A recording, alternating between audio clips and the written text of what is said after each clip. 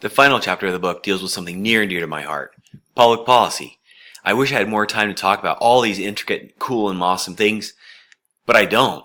So you'll have to come join me in Political Science 315, Intro to American Public Policy. Public policy is the output of what we do in government. We've talked about institutions, we talked about Congress, we talked about the president, we've talked about the judiciary. All of these things, all of these institutions create decisions, and those decisions end up being government power used to promote health, welfare, opportunities, and security of citizens. We use these outputs to make people better. Now that happens in domestic policy, issues that deal with U.S. citizens or people who live here in the country.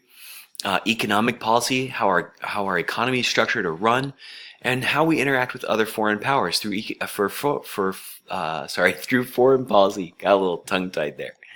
A couple of things you should think about. We're not going to cover everything today, but we talk about the welfare of our individuals. This is social welfare policy, efforts to protect health, safety, education, opportunities for people.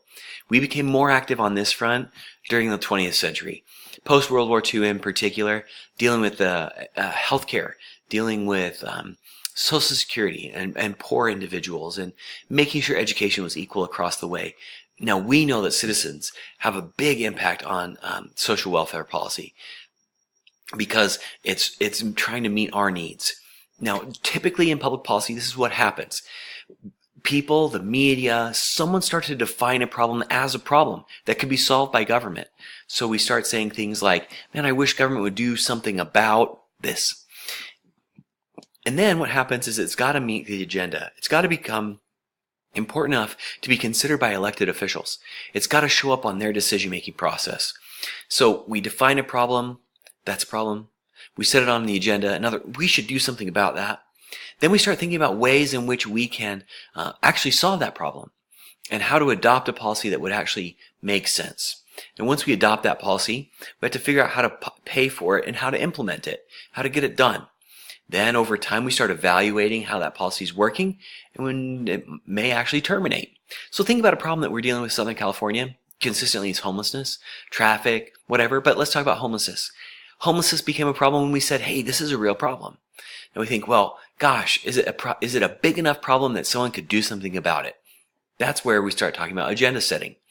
Then we start thinking about how we could solve homelessness, rapid rehousing, shelters, all these other things, and then crafting a strategy and adopting a systematic approach. That's policy adoption. How are we going to pay for it? Budgeting. How are we going to actually do it? That's implementation. Who's going to coordinate with who? And then over time, we're going to evaluate it. Like, is this actually going to work? Is this actually working now? And if it doesn't, we terminate the policy or we change it. Okay, so Social Security, such as Social Security, social insurance such as Social Security, is financed by payroll taxes. This is another example. It's not income based, so in other words, when you get to a certain age, you get some payout from the federal government. It's an example of an entitlement program. We've essentially guaranteed that these individuals will get that because of their age and because they paid into the system. Now, there are other things like need-based public assistance, like AFDC, TAMP, SNAP.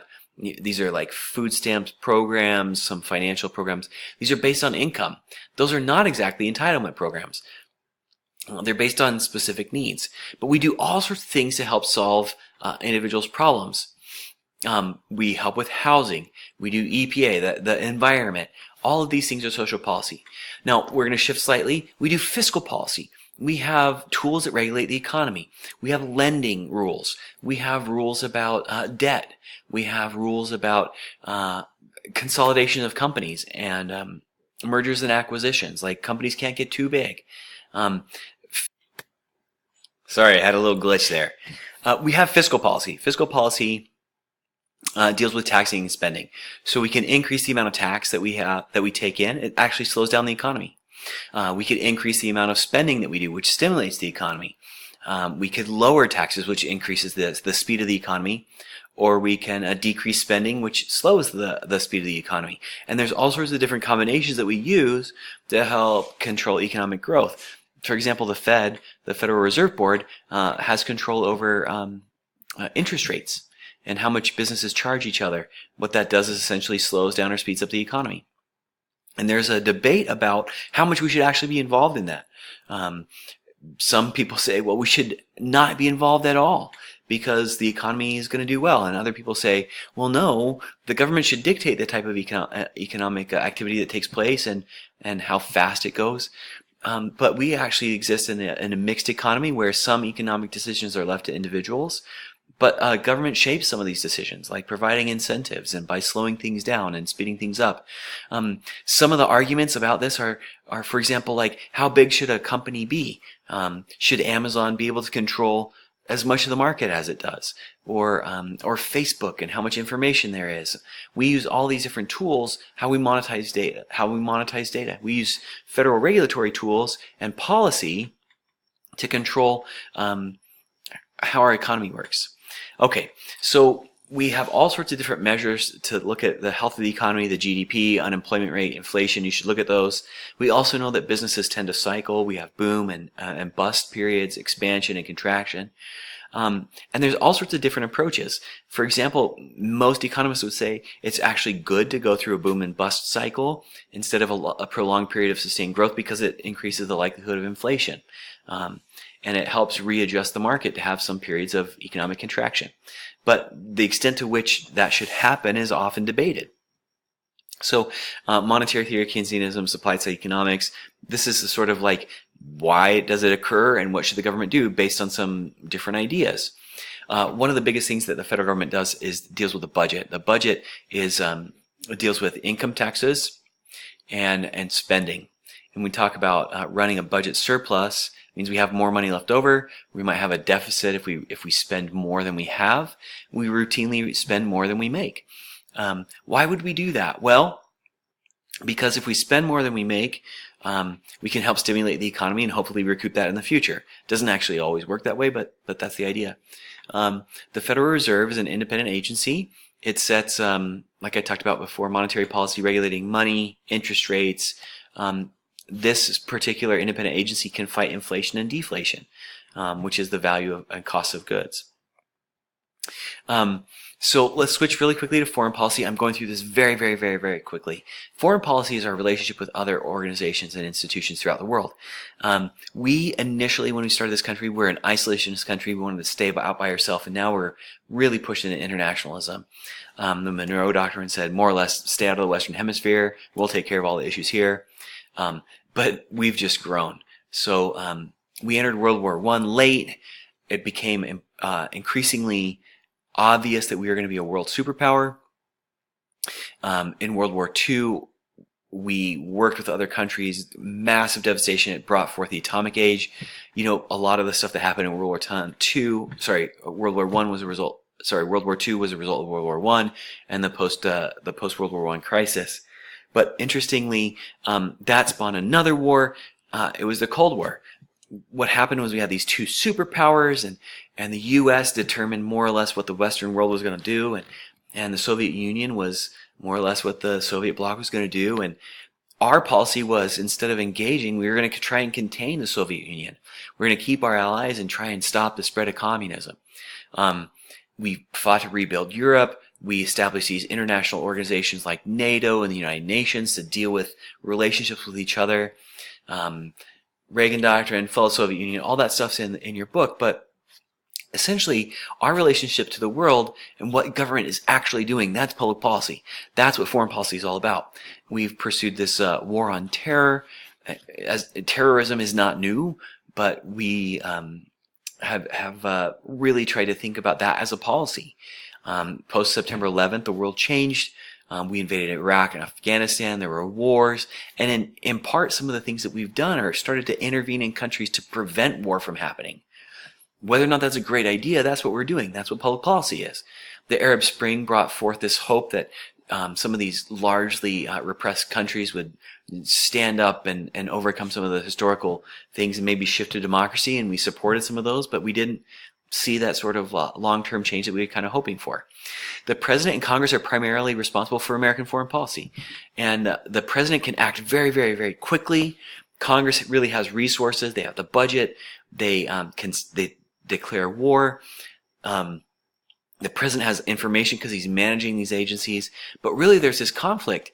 For example, in the Constitution, it says the executive branch and legislative branch both have to do with foreign policy, but there's an invitation to struggle. The president's the most powerful actor. The president can deploy military quickly and have them there for like 90 days without having to do anything, or seek permission from Congress. Because they can act so quickly, they can prevent wars, but they can also start wars. We have all sorts of these different actors or institutions that work on foreign policy. The State Department deals with international relationships. The Defense Department deals with the military, Homeland Security, intelligence community, FBI, CIA, NSA, all of these agencies who collect information and make decisions. If you want a really good idea of how this works, there's this movie called 13 Days, and it talks about the Cuban Missile Crisis. Now, Congress, what do? They advise, they consent. Advice is about, hearing what's gone on and providing some direction to those actors. But they also get to agree or disagree with the president about whether or not they're going to authorize military action. Most importantly, Congress has the right to declare war, even though we haven't declared war since World War II. The president has engaged us in military conflicts or other executive actions. So the president actually has a lot of power. There are other interest groups, for example, like pro-Israel interest groups who consistently ask the president to intervene in certain areas or issues to try and make sure that the interests of Israel are protected. So foreign policy is what we do outside. This has been really odd to see the Trump presidency happen this way, but for years and years and years we've talked about free trade and global negotiations, and we've been a free trade country. And increasingly we're moving towards a more protectionist, tariff-based, and we're using foreign policy to punish other countries for doing things that we don't particularly love. One of the key assets that we have in foreign policy and in relationships with other people is what we call soft power. It's not military power, but what it is, it's this exportation of American values and culture all across the world. And some of the things that we do really well are produce like American TV shows, American products, American ideas and books, and we send them to other places. They're adopted other ways, and it changes the way that people think. All of that is an output of foreign policy, and we wouldn't think about that typically as foreign policy, but the friendly relationships that we have with other countries end up being favorable to us over the long term. Now, public policy is not simply domestic policy, economic policy, foreign policy. It's just the basic outputs of what we do in government.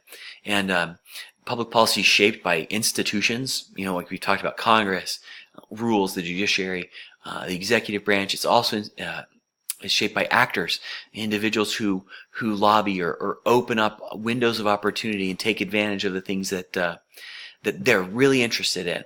Public policy is a really, really fascinating thing, and dig in a little bit deeper into your book. I love public policy, and I wish more people thought about what government actually did instead of how it's structured.